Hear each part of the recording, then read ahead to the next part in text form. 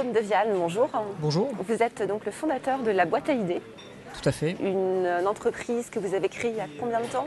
Alors officiellement la société est créée depuis mai 2012. Donc c'est tout neuf. C'est tout neuf. Votre activité, c'est quoi? Alors on a une double activité, on a un cabinet de conseil en différenciation, c'est-à-dire qu'on accompagne les sociétés de l'indépendant à la grosse PME à se différencier sur leur marché s'ils sont déjà existants ou à se lancer sur une forme différenciante pour justement pour se différencier de la concurrence. Ça c'est la première activité. Et la deuxième est un cabinet de formation aux fonctions commerciales, donc la vente, la négociation, le management, mais sous un format ludo-éducatif, donc c'est un format un petit peu décalé.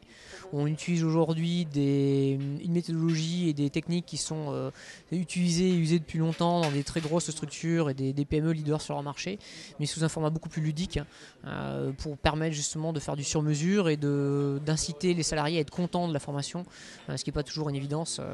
On vient plutôt généralement avec les pieds dans le béton pour refaire une énième formation. D'autant plus qu'un salarié qui est content de sa formation va la mettre en application avec un peu plus de motivation, j'imagine. Alors il y a ça, il y a un retour sur investissement, si on peut parler d'un retour sur investissement sur des formations qui est beaucoup plus important. Un très bon formateur, vous gardez entre 19 et 21% à peu près du rendu de la formation. Sous un format ludique, c'est le double. D'accord. Comment ça vous est venu cette idée de créer le concept de la boîte à idées? Alors ça fait 10 ans que j'ai créé ma société. Je suis passé par à peu près toutes les étapes, tous les types de structures, toutes les activités. J'avais toujours quelque chose en tête depuis que je suis sorti d'école de commerce. J'ai travaillé dans des grands groupes agroalimentaires, dans la puriculture, dans des sociétés un peu plus petites, du côté de la distribution aussi.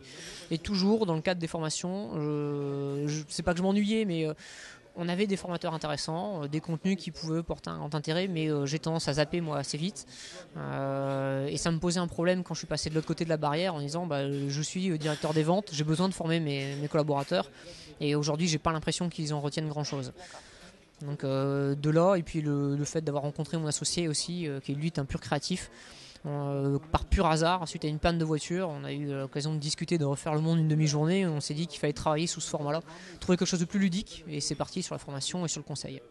Alors, la première partie de votre activité qui concerne la différenciation, comment ça se passe? Il y a des outils, des techniques, des méthodes Alors, on parle bien des outils et des méthodes, c'est-à-dire que c'est une méthodologie plurielle, c'est très dépendant de la personne qu'on peut avoir en face de nous et des problématiques auxquelles on doit répondre. Parce qu'on répond bien à un besoin. Souvent je cite Karl Lagerfeld qui parlait, c'était une émission sur Canal+, qui disait que les Allemands sont plus forts que nous parce qu'ils ont compris que quand ils innovent, ils répondent à un besoin. Alors qu'en France, souvent on innove, mais on innove pour innover. Donc là on est plutôt sur le côté artistique, l'artiste innovant ou créant sans un but fixe, juste faire de l'esthétique, et le créatif pur qui crée pour innover, crée dans un but, c'est de répondre à un besoin. Donc il faut d'abord définir les besoins avant de se lancer sur du conseil pur et dur. Souvent en fait on a des bons produits en face de nous, mais les gens ne savent pas le vendre. Vous pouvez donner un exemple J'ai un exemple en tête qui est très récent. C'est un conseiller en gestion de patrimoine.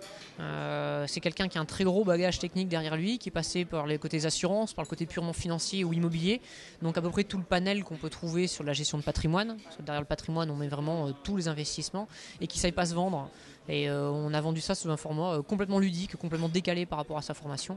Et aujourd'hui, le retour sur rendez-vous, j'ai envie de dire, par rapport au nombre de rendez-vous, est excellent. Parce que les gens comprennent qu'il fait tout et pas seulement un domaine en particulier. Quel conseil vous pourriez donner à un chef d'entreprise qui souhaiterait booster un petit peu son activité, hormis celui de faire appel à vos services, bien évidemment? D'abord, faire appel à mes services. Non, il n'y a pas que ça, mais je pense qu'il faut bien garder en tête qu'aujourd'hui, on a un besoin de recycler les idées des autres, parce qu'on n'est plus des créatifs purs et durs, et quasiment tout est fait ou presque, et quelque chose qui est nouveau ou innovant le matin ne l'est pas forcément le soir. Donc il faut rester créatif tout le temps, se mettre dans une posture de quelqu'un de créatif, c'est-à-dire réfléchir sans cloison. L'environnement, de toute façon, une entreprise ou l'environnement naturel nous rappelle à l'ordre tout seul, et le cloisonnement se fait de lui-même. Donc ouvrir, regarder ce qui se passe à côté, pas forcément dans notre domaine ou nos compétences habituelles, mais sortir justement de l'activité classique et changer ses habitudes pour se garder un petit peu de temps là-dessus. Oui, c'est-à-dire quelqu'un du textile qui peut aller regarder ce qui se fait dans le secteur de l'alimentaire, je ne sais Exactement. pas, ou de la téléphonie.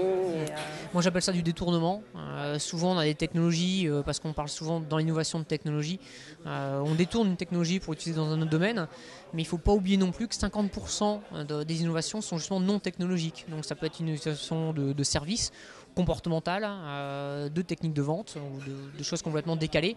Il ne faut pas hésiter à aller très très loin, peut-être pour revenir en arrière derrière.